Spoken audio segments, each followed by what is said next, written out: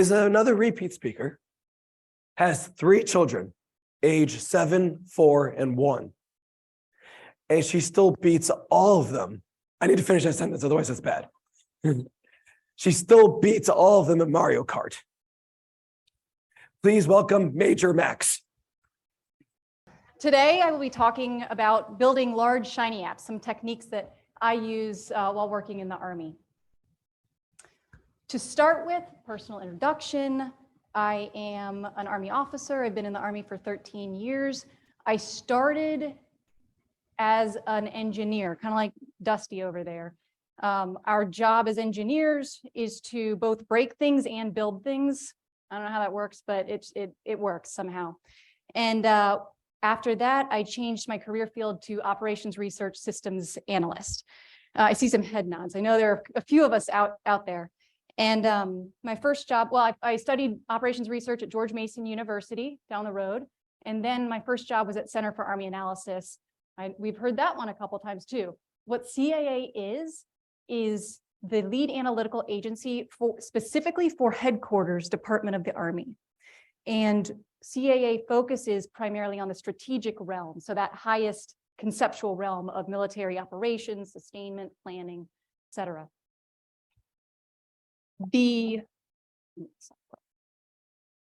After that, I moved to Fort Eustis near Williamsburg, where I work now at Future Concept Center.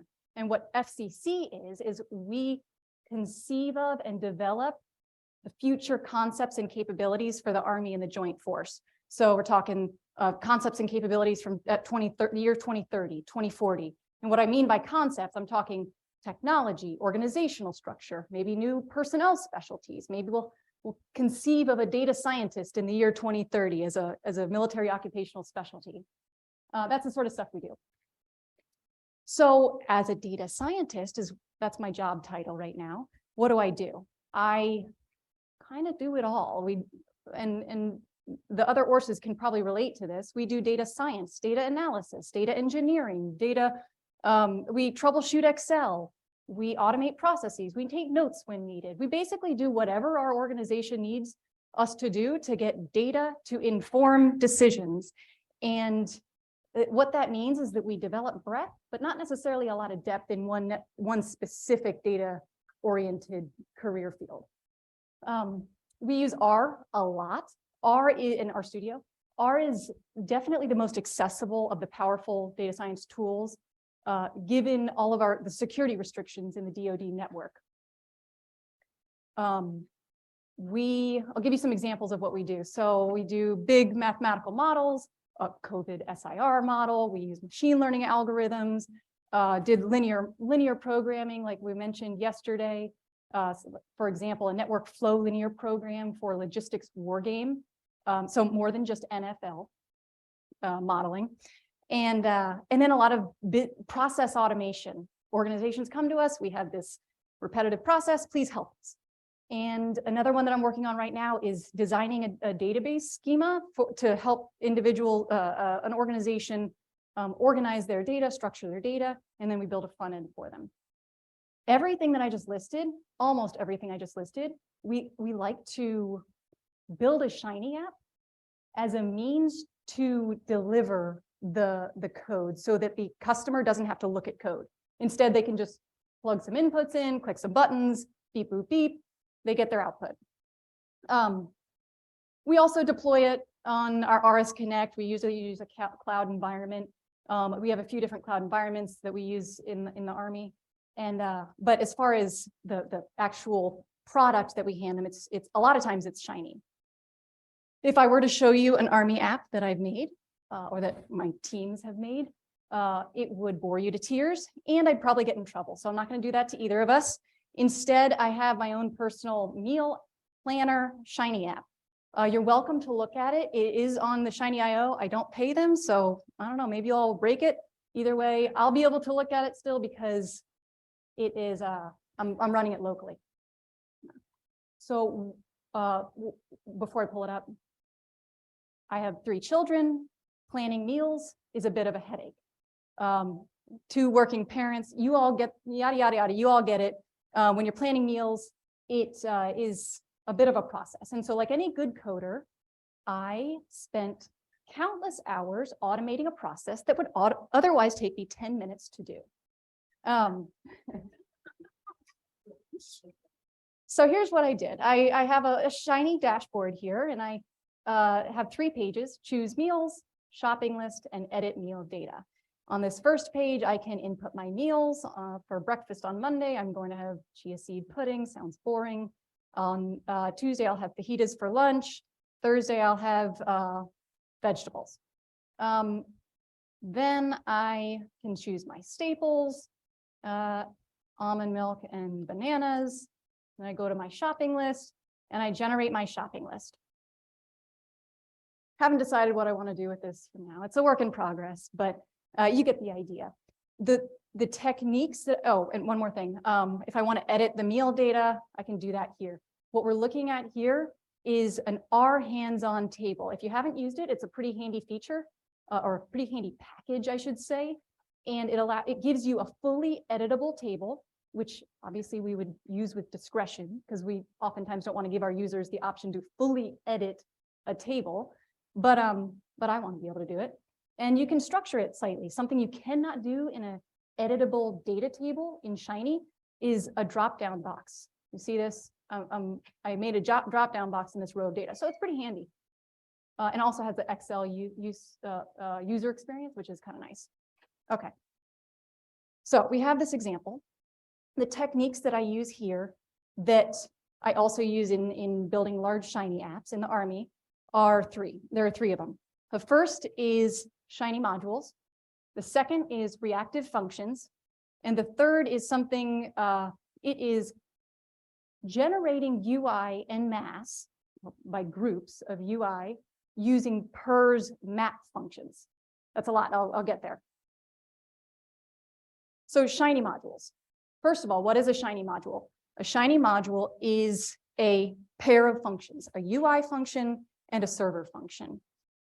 They're slightly unique from other functions. Now, all of the benefits of functions that Mark went over yesterday and the benefits of functions that we are already aware of apply to Shiny modules. One thing I will emphasize is that Shiny modules and modularizing your script into multiple scripts specifically is more conducive to DevOps. If you try to merge, use Git to merge one single long script, it's going to probably no, it's a real headache when you have multiple people working on one script. Got a lot of merge conflicts. If you have multiple scripts, then I work on module 1. Michaela, you work on module 2, Dusty module 3, then Robert, you just check Dusty's work because I don't know, got a lot of typos in that one. But you get the idea. Great for distributed teams working on something. The other thing about modules is they create a namespace. This is what sets them apart from just regular old functions. A namespace is important because if you have a Shiny app and multiple inputs have the same name or multiple outputs have the same name, you're going to have problems. At best, you will get an error. At worst, you will not get an error, and you'll just get some really funky results. So let's look at how I like to structure a Shiny app, or I'm using a Shiny dashboard here. So the first thing I do, and this is when you're in RStudio, you open up your new Shiny web app, you select single file, and you have your app.r, you delete the sample app that they give you, and then I would copy my shell in here and start working from here and changing the names that I want. So the first thing I do is I source my global script with all my functions, and then I source my individual modules. I have one module per script. That's just my personal preference. I define my header, my sidebar, that's all pretty standard stuff. And then I go down to my body. Notice I have tab items, which gives me the pages on the Shiny dashboard on the left-hand side. And then I have my meal staples. I have my 3 UI functions. If I go down further into the server script, I have my 3 server functions. Now, just because a server and a UI happen to be in the same module script does not mean that those are a linked pair. What actually links them and gets them to talk to each other in the app is the ID argument. So let's look at edit data server, this first server right here, ID equals edit data tab. If I go to up here, edit data UI, the ID equals edit data tab. They match. Therefore, this UI function and server will talk to each other and they will not talk to any other module, no other crosstalk. Okay, so that's what I call the parent app. And then the module itself, what I would do with the module is, what I actually do is I have a shell, an empty shell that I just copy and paste every time I want to start a new module, because there's a specific syntax that you got to follow. Specifically, you have to, the first thing you do in each one of the functions is you define your namespace. That's what I'm doing here on line 3. And then the other thing I'll highlight in the UI function is that you can have multiple individual pieces of UI in your UI function, but you do have to wrap them in some container, a div container or a tag list, so that it comes out of the function as one component rather than lots of individual components. Okay, and then in the server function, notice the syntax here, module server, and then you define your ID there, or that defines your namespace. Okay, the next thing I want to talk about, reactive functions. I'm going to crowdsource something. A is I explain what reactive functions are, and B is I assume you know what reactive functions are, and I show you my personal rules of thumb on how I implement them. So A's, raise your hand. Got a couple. B's. Oh, okay. Good. I wasn't expecting that. Okay. All right. So I ignore reactive val. That function is useless to me. I stick with reactive values. I like how it gives me a list. It looks more like a list, and I can reassign it just like it was a list. I don't have to worry about the weird parentheses thing, even though it seems like an object to me. That part just confuses me. So I use reactive values. In this case, I'm assigning ingredients as one reactive value and stables as another reactive value. Notice I'm just reading in files. That's how I use reactive values, is when I just want to do one simple thing, read in a table. That's the initial value for these items. And then I use the reactive expressions. So I use reactive expressions anytime I want to perform some calculation, and that calculation is going to remain the same for this particular object. So every time I call ingredients category, I want to perform the same calculation, and that calculation includes some other reactive value, some existing reactive value, or an input. So that's when I use reactive expressions. That's this function right here. And then I define my output. Notice this output is not nested in some reactive function. It's generally speaking, it's best to make sure your output stands alone. And I certainly use reactive values to define what the output is. For instance, I'm building my R hands-on table, and I'm using a reactive value here, V $ ingredients.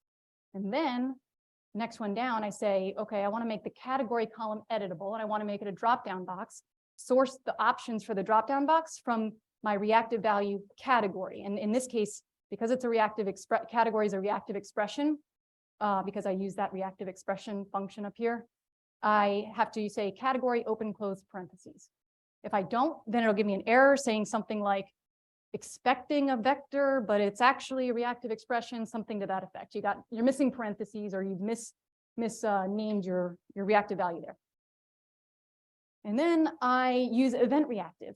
Event reactive and observe event are very similar. What distinguishes them is that event reactive ends up giving you an object.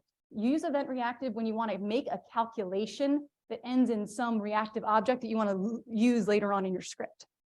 Observe event uses the same syntax basically, but you don't assign it to an object. We use observe event when we want to perform some side action, write to a database, write to CSV. We don't actually want a value out of that operation.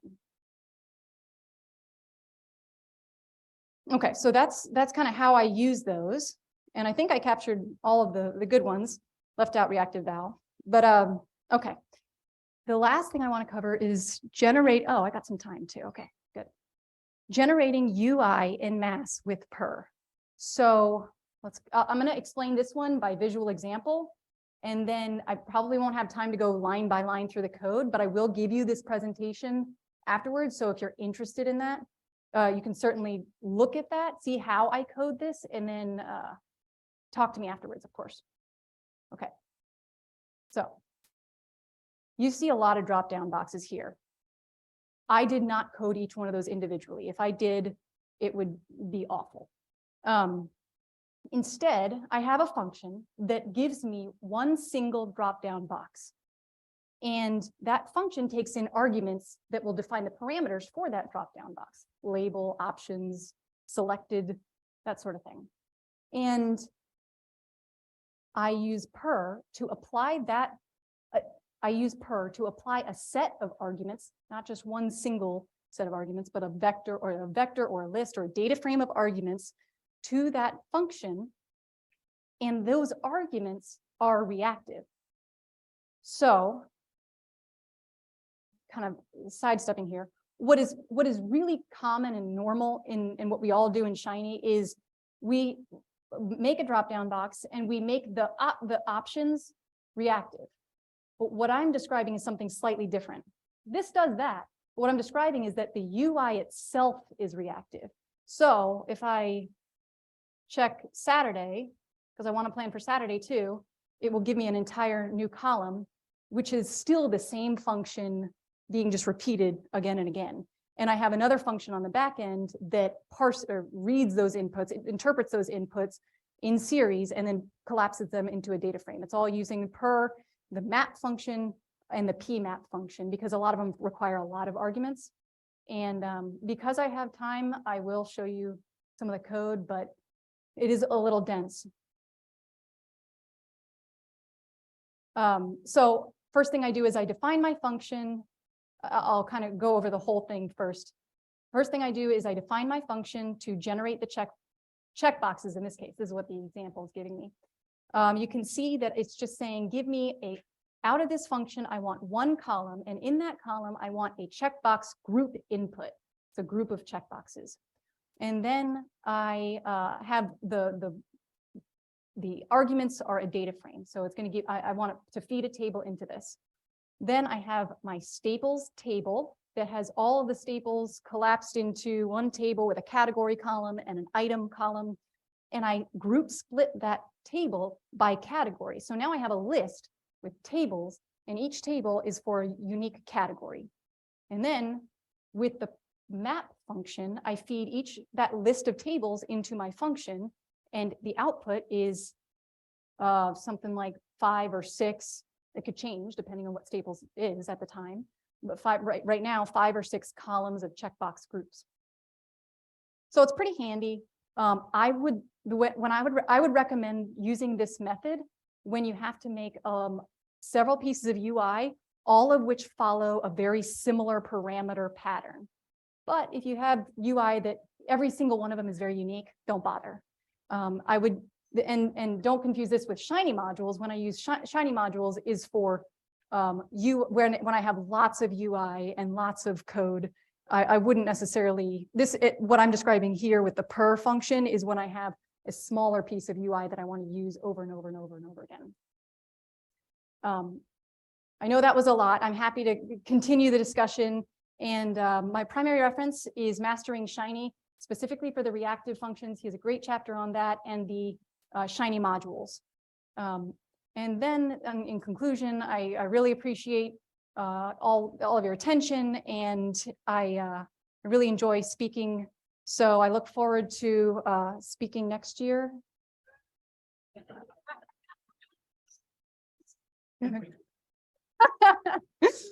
And this is the presentation, if you care to look. I published it thanks to one of the speakers yesterday. I can't remember. I published it on Quarto Pub. So it's there. You can all look at it. And that concludes my presentation.